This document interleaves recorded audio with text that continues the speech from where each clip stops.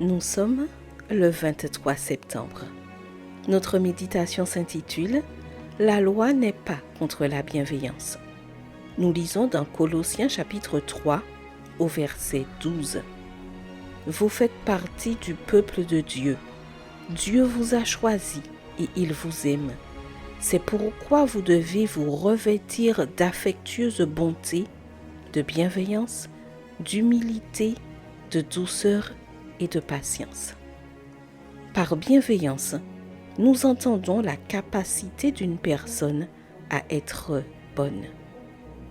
Comme les autres qualités du fruit de l'esprit, la bienveillance est un attribut de Dieu qu'il nous transmet à nous, ses enfants, et il attend de nous que nous traitions nos semblables avec la même bienveillance que celle avec laquelle il nous traite, c'est-à-dire avec douceur, affabilité, avec tendresse, cordialité et compréhension. Cependant, nos actions sont souvent loin de refléter la bienveillance de Jésus.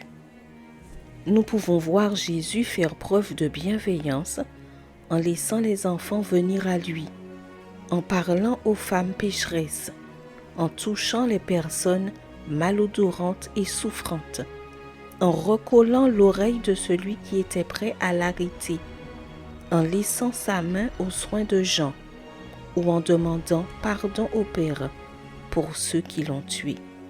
Cela signifie que la bienveillance est la réponse positive aux attitudes des autres envers nous, qu'elles soient bonnes ou mauvaises. La réaction humaine normale d'une personne qui n'a pas cultivé cet attribut serait de rendre le mal pour le mal. Mais est-ce là l'attitude d'une fille de Dieu?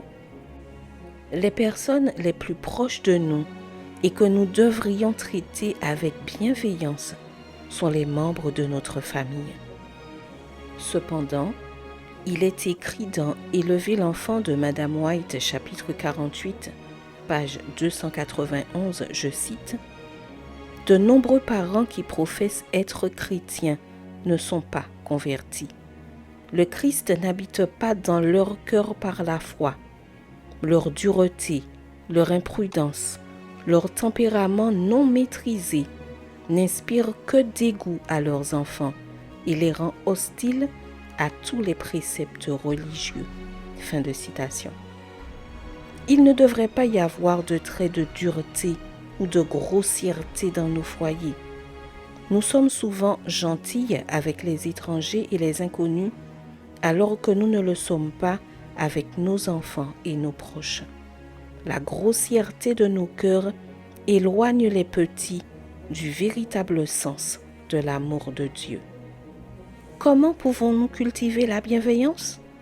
Le moyen le plus efficace est de la pratiquer jour après jour. Comme la discipline d'un sport, si nous nous mettons à faire de bonnes actions, nous finirons par les faire naturellement avec l'aide de l'Esprit Saint. Ne gaspillons pas les occasions qui se présentent à nous d'être bienveillantes. Peut-être que ce collègue toujours de mauvaise humeur, ou ce patron qui traite mal tout le monde, ou ce professeur qui rejette ses problèmes sur ses élèves, a besoin de ta bienveillance aujourd'hui, autant que tu as besoin de la bienveillance de Jésus. Post-scriptum, heureuse de la bienveillance de Jésus en moi. Je te souhaite une excellente journée sous le regard béni du Seigneur.